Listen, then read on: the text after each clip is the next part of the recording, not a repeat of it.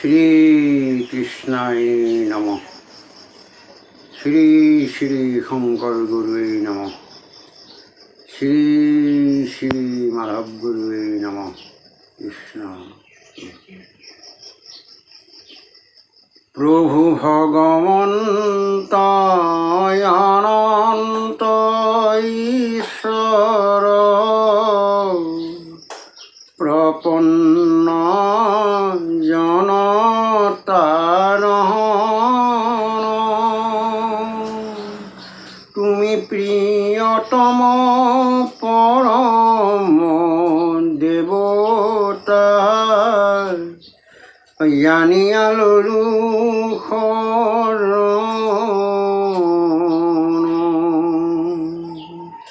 রাম তুমি প্রিয়তম পরম দেবতা জানিয়া ললু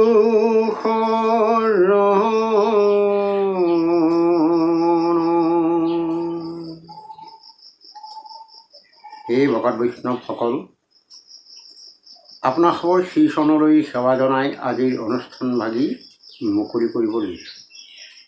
আমি ইতিমধ্যে গীতাৰ ৩য় অধ্যায়ৰ কৰ্মযোগৰ কথা উল্লেখ কৰি আহিছোঁ। ইয়াৰ পিছত ৪ৰ্থ অধ্যায়ত কৃষ্ণই জ্ঞানযোগৰ কথা কৈছে। জ্ঞানযোগৰ প্ৰথম শ্লোকতে কৈছে, চতুৰ্থত ব্ৰহ্মাৰ্পণ যোগ নামে তত্ত্ব সাংগু পাংগু ৰূপে হৰি কৰিলা বেকত। অৰ্থাৎ ব্ৰহ্মক কেনেকৈ অৰ্পণ কৰিব লাগিব সেই বিষয়ে একেবাৰে নিশেষ কৰি কৈছে। এই ৪ৰ্থ অধ্যায়ত কৃষ্ণই যোগধৰ্ম নিয়মানুসৰি ব্ৰহ্মৰ বিষয়ে সকলো তত্ত্ব বিৱৰি কৈছে। অৰ্থাৎ যিটো জ্ঞান হ'লে শুদ্ধ কৰ্মৰ দ্বাৰা ঈশ্বৰত অৰ্পণ কৰিব পাৰিব সেই সম্পৰ্কে সকলো কৈছে। এই বিষয়ে অৰ্জুনক এইদৰে কৈছে, ৰাম পূৰ্বে যত হুঁয়াই আছে হৈবে কজতে কপাছে অপূৰ্বা পৰে জানো ধনঞ্জয়। ৰাম স্বৰূপ নজানি লোকে মনুষ্য বোলয় মোক কতো বোলে দৈব কীৰ্তনয়। ৰাম অব্যক্ত জনাদি আমি এতেকে জানিবা তুমি অব্যক্ত ঈশ্বৰ নিৰাকাৰ। ৰাম মায়া কয়াৰ ছয় কৰি মৎস্য কুৰ্ম ৰূপ ধৰি যুগে যুগে হওঁ অৱতাৰ। পুণ্য যেবে নষ্ট গৈল ধৰ্ম প্ৰবল হৈল তেবে মই হওঁ যে প্ৰকাশ। ধৰ্মক স্থাপন কৰি অধৰ্মক দূৰ কৰি দুৰ্জন জনক কৰোনাশ। অৰ্থাৎ পূৰ্বৰ পৰা বৰ্তমানলৈকে আগতে যি হৈছিল আৰু বৰ্তমান যি হৈ আছে, ইয়াৰ পিছতো যি হ'বলগীয়া আছে, সৰ্বপ্ৰকাৰে ঈশ্বৰে জানো বুলি কৈছে। মোৰ এই স্বৰূপটো নৰসমাজে নেজানি সাধাৰণ মানুহ বুলি ভাবে আৰু কোনো লোকে দৈৱকীৰ পিতেক বুলিহে ভাবে। অৰ্থাৎ এওঁৱেই যে জগতৰ ঈশ্বৰ এই বুলি কোনেও নাভাবে বা নেজানে। তাৰপিছত ক'লে, মই সেই অনাদি পুৰুষ পৰমেশ্বৰ, সকলোৰে দেহত মই আকাৰবিহীনভাৱে অব্যক্ত হৈ থাকোঁ। এই কথা তুমি ভালকৈ জানি লোৱা। ভূমিভাৰ হৰণৰ হেতু ময়ে আকৌ মায়াক আশ্ৰয় কৰি মৎস্যকুৰ্ম আদি ৰূপে যুগে যুগে অৱতাৰ হওঁ। অৰ্থাৎ যেতিয়া পৃথিৱীত অধৰ্মৰ প্ৰভাৱ প্ৰবল হৈ পুণ্য নষ্ট হ'ব। তেতিয়াই দুৰ্জনক নাশ কৰি ভক্তৰ কাৰণে ধৰ্ম স্থাপন কৰোঁ। এই কথাখিনিৰ মূলতে অৰ্জুনৰ লগতে আমাক এইটোকে বুজাইছে, সৃষ্টি স্থিতি আৰু প্ৰলয়ৰ মূলতে মই, অৰ্থাৎ সমস্ত প্ৰাণী ময়েই সৃষ্টি কৰোঁ, ময়েই বিষ্ণুৰূপে পালন কৰোঁ আৰু ময়েই কালৰূপে বিনাশ কৰোঁ। এইখিনি কোৱাৰ পিছতো অৰ্জুনৰ মনৰ সংশয় দূৰ নোহোৱা দেখি পুনৰ পোনপটীয়াকৈ এইদৰে চিনাকি দিছে, হে ৰাম ঈশ্বৰাংশ নৰ তুমি নাৰায়ণ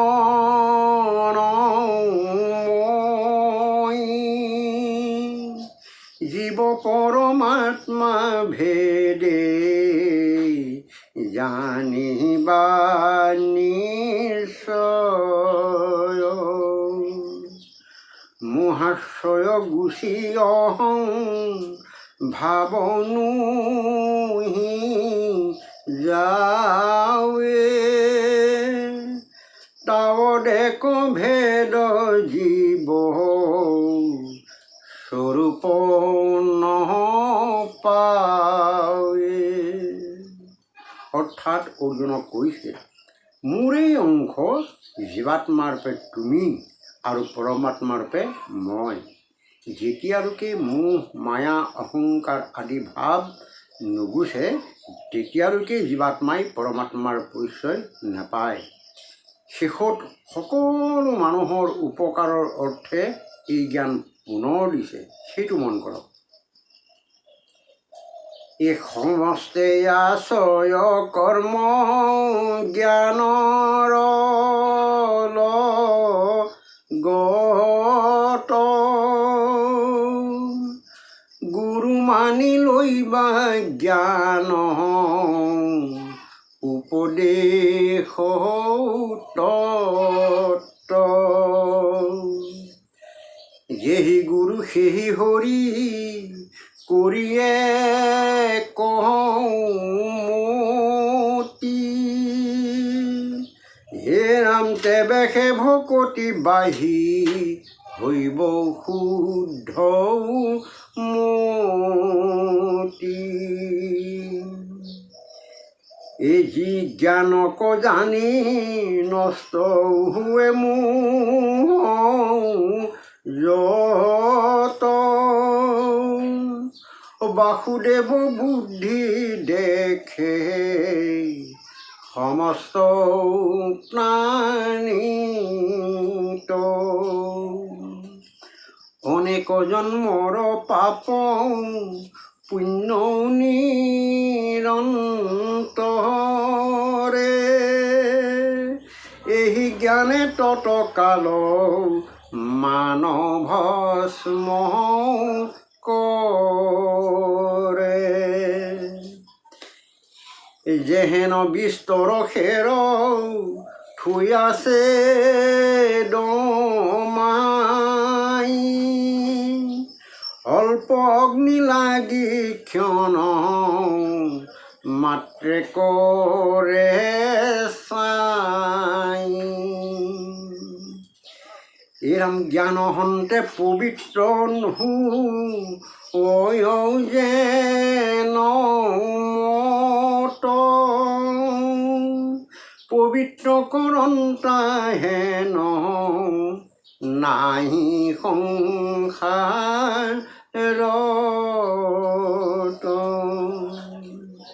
অৰ্থাৎ কৃষ্ণই কৈছে সকলো কৰ্ম মানুহৰ জ্ঞানৰ লগত জড়িত আছে। প্ৰত্যেকেই জ্ঞানৰ পৰিসীমা অনুসৰি কৰ্ম কৰে, সেইমতে কৰ্ম অনুসৰি ফল পায়। জানি বুজি কৰ্ম কৰিলে ভাল ফল পায় আৰু নজনাকৈ কৰিলে সুফল নাপায়। সেয়েহে কৃষ্ণই কৈছে যে কৰ্ম কৰাৰ আগতে গুৰু মানি জ্ঞান আৰোহণ কৰি তত্ত্ব উপদেশ ল'বা। তাৰ পিছত ক'লে যিজন গুৰুক আশ্ৰয় কৰিবা সেইজনক ময়েই বুলি দৃঢ়তাৰে একমতি হ'বা বা একনিষ্ঠ হ'বা। অৰ্থাৎ তেখেতক মনুষ্য জ্ঞান নকৰিবা, তেতিয়াহে শুদ্ধমতি হৈ ভকতি কৰিব পাৰিবা।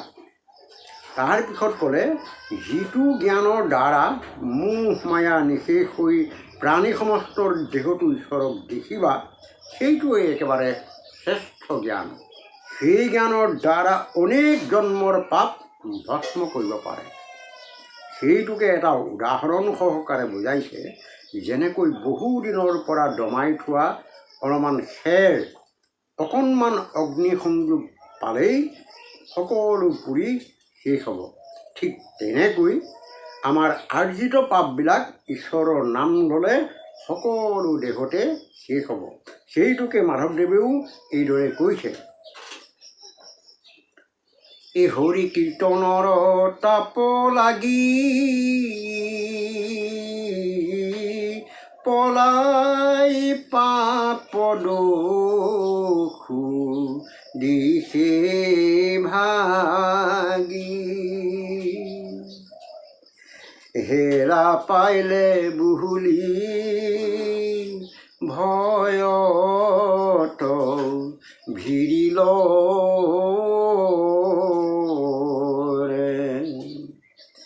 ব্ৰহ্মাণ্ড ভিতৰে নাপাই ঠাই, আৰু ব্ৰহ্মাণ্ডলে পলাই যাই, নামে সেদিনেন্ত ব্ৰহ্মাণ্ডু পৰিবা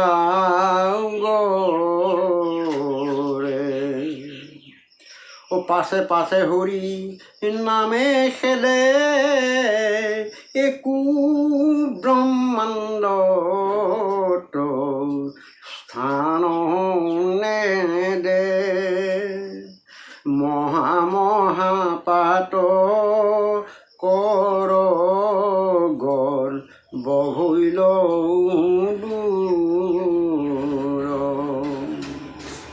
এবে কৈ যাইবু বুলি ধৰি, কাম্পে পাপ হব তৰ উতৰি, হৰি নামে পাই দহিকো এৰিলে কৌশো, ৰাম হৰি নামে পাই দহিকো এৰিলে কৌশোৰ। এই ভকত বৈষ্ণৱসকল, অৰ্থাৎ ভগৱানৰ নাম অসীম শক্তি, যাৰ প্ৰভাৱত পাপৰ আলু পৰ্যন্ত উঘাৰিব পাৰে। নামৰ প্ৰভাৱত মহাপাপী অজামিলেও বৈকুণ্ঠগামী হৈছে। হৰিৰ নাম অগ্নিস্বৰূপ। সেই হৰিনাম দেহত যি সঞ্চয় কৰিছে, সেইজনৰ দেহত হৰিনামৰ তাপত পাপ থাকিবলৈ সুবিধা নাপায়। হৰিনামে সকলো পাপ মষিমূৰ কৰিব পাৰে। এতিয়া থাকি অহা ওপৰৰ শেষৰ পদত ক'লে, মানুহৰ জ্ঞানৰ দ্বাৰাহে অন্তৰ পবিত্ৰ কৰিব পাৰে, অন্য প্ৰকাৰে পবিত্ৰ হ'ব নোৱাৰে। সেয়েহে কৰ্মতকৈ জ্ঞান শ্ৰেষ্ঠ বুলি ৪ৰ্থ অধ্যায়ত ক'লে। ইয়াৰ পিছত ৫ম অধ্যায়ত কৰ্ম সন্ন্যাস যোগ, অৰ্থাৎ কৰ্ম কৰি কেনেকৈ সন্ন্যাস হ'ব পাৰে তাকেই বুজাবলৈ চেষ্টা কৰিছে। আৰম্ভণিতে এইদৰে কৈছে, কৰ্মযোগে সন্ন্যাসৰ সংশয় নিবাৰি, পঞ্চমে যোগীৰ মুক্তি প্ৰকাশিলা কৰি। অৱশ্যে কৰ্মযোগৰ কথা ৩য় অধ্যায়ত কৈ আহিছে। আচলতে কৰ্ম মায়াৰ সংযোগে মনেন্দ্ৰিয়ৰ দ্বাৰা ঘটিছে। সেয়েহে কৰ্মত মগ্ন হৈ থাকিলে মুক্তি নাপাব। নিষ্কামভাৱে যদিও কৃষ্ণত অৰ্পণ কৰে, তথাপি কৰ্মবন্ধনৰ পৰা মুক্তি পাব নোৱাৰে। কাৰণ নিষ্কামতো ফল আৰু পুষ্পৰ হানিকাৰক বুলি মীমাংসাবাদীয়ে শ্ৰীকৃষ্ণ গীতাত এইদৰে কৈছে, এই নাম নিষ্কামত ফল পুষ্প দ্ৰব্যৰ চয় গুণি চোৱা হিংসা তাত হুৱে কিনো হয়। অৰ্থাৎ নিষ্কামতো ফল আৰু পুষ্পৰ হানি আছে। সেয়েহে মীমাংসাবাদীয়ে কৈছে এই নিষ্কাম কৰ্মটো হিংসা ধৰ্ম আছে। সেয়েহে সেই কৰ্মৰ পৰা কেনেকৈ সন্ন্যাস হ'ব পাৰিব তাকেই ক'বলৈ লৈছে। আৰম্ভণিতে কৈছে পঞ্চমে যোগীৰ মুক্তি প্ৰকাশিলা কৰি। সেই ভকত বৈষ্ণৱসকল যোগী বুলি ক'লে যিজনে নাৰী পুৰুষৰ সংযোগ হোৱাৰ কথা চিন্তা কৰে সেইজনেই যোগী। তেনেকুৱা যোগীসকলে তিনিগুণৰ কৰ্ম অতিক্ৰম কৰিব পাৰিলেহে সন্ন্যাস হ'ব পাৰিব। সন্ন্যাস হ'বলৈ হ'লে পূৰ্বৰ ঋষিমুনিসকলৰ দৰে ঘৰ বাৰী এৰি অৰণ্যলৈ যাব নালাগে, গৃহতে থাকি সন্ন্যাস হ'ব পাৰিব। এতিয়া গৃহতে থাকি কেনেকৈ যোগীসকলে মুক্তি পাব সেই বিষয়ে একেবাৰে সংশয় নোহোৱাকৈ নিষেধ কৰি এইদৰে কৈছে। কৃষ্ণে বোলে জ্ঞান কৰ্ম কহিলো, ফলতো দুই সমান। নকৰিলে কৰ্ম সন্ন্যাস নিসিজে, সিগুণে কৰ্ম প্ৰধান। ঈশ্বৰৰ অৰ্থে ৰাগ দেশ এৰি, গৃহে থাকি কৰ্ম কৰে। জানিবা তাহাৰ সিজিল সন্ন্যাস, অনায়ে সেচিটো তৰে। অৰ্থাৎ কৃষ্ণই কৈছে ইয়াৰ আগতে জ্ঞান আৰু কৰ্মৰ বিষয়ে সকলো ক'লোঁ। জ্ঞান আৰু কৰ্মৰ ফল দুয়োটাৰে সমান, কিন্তু জ্ঞান আৰু কৰ্মৰ বিষয়ে এইকাৰণেই ক'লোঁ আগে কৰ্ম নকৰিলে সন্ন্যাস হ'ব নোৱাৰে। সেয়েহে জ্ঞান আৰু কৰ্মৰ বিষয়ে তোমাক ক'বলগীয়া হ'ল। পূৰ্বতে ঋষিমুনিবিলাকে সাংসাৰিক জীৱন যাপন নকৰোঁ বুলি গৃহ এৰি অৰণ্যৰ মাজত গৈ ধ্যান কৰি থাকে। কেনেবাকৈ যদি সেই ঠাইত স্বৰ্গৰ অপেশ্বৰী আহি নৃত্য গীত কৰে তেতিয়াহ'লে লগে লগেই ঋষিমুনিসকলৰ ধ্যান ভংগ হয়, আৰু ভংগ হোৱাৰ লগে লগে সকলো ধৰ্ম কৰ্ম ধ্বস্ত হয়। সেয়েহে গৃহত থাকি গৃহকৰ্ম কৰি সন্ন্যাস হ'ব পৰা জ্ঞানৰ বিষয়ে কৈছে।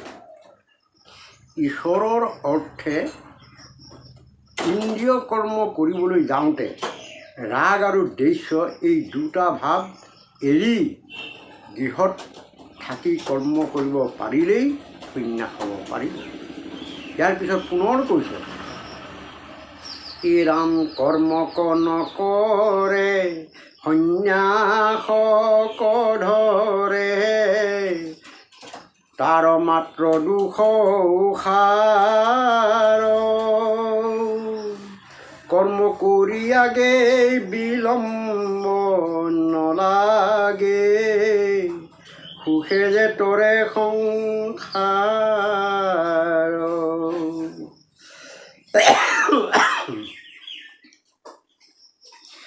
ৰাম যোগী কৰ্ম কৰি ইন্দ্ৰিয় নিয়মি, চিত কৰিলে কৌশুদ্ধি। কৰ্ম কৰি তাৰ কৰ্ম নোহেমানে, সবে দেখে আত্মবুদ্ধি। ৰাম কৰ্ম কৰি তাৰ কৰ্ম নোহেমানে, সবে দেখে আত্মবুদ্ধি।